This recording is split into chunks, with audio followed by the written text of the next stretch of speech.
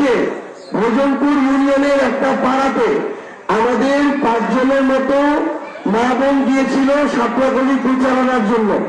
ওইখানকার একটা লোক তাদের আইনা গিয়েছিল, দরজা বন্ধ করে দিচ্ছে।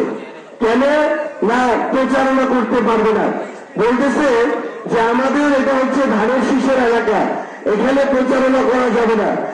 আমরা আমাদের জায়গা থেকে ভাবতেছিলাম যে বিএনপির কিছু নেতা কর্মীর কারণে তারা ধীরে ধীরে স্বৈরাচারী আচরণ করতেছে, এখন দেখতেছি তারা অলরেডি স্বৈরাচার হয়ে উঠে গেছে। আমরা স্পষ্ট করে একটা কথা বলি, যার যত দ্রুত ডানা গজাবে তার তত দ্রুত পতন হবে। কারো পালানোর জন্য ভারত ছিল, অনেকের কোনো বেশি নাই পালানোর জন্য।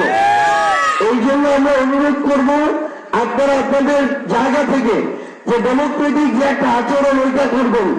মানুষের কাছে রাজনৈতিক দল যাবে, নেতা কর্মীরা যাবে, মানুষের যাকে ভালো মনে হবে তাকে ভোট দিবে।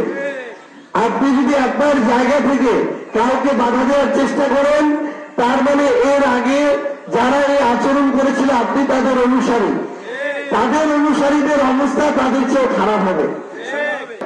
নেতাটা ভালো বা ভালো ভান করতেছে আর কর্মীগুলা কামড়া কামড়ি করে মানুষকে অতিষ্ঠ উঠায় দিছে, তাহলে কি ভালো কিছু হওয়া সম্ভব? কখনোই সম্ভব না।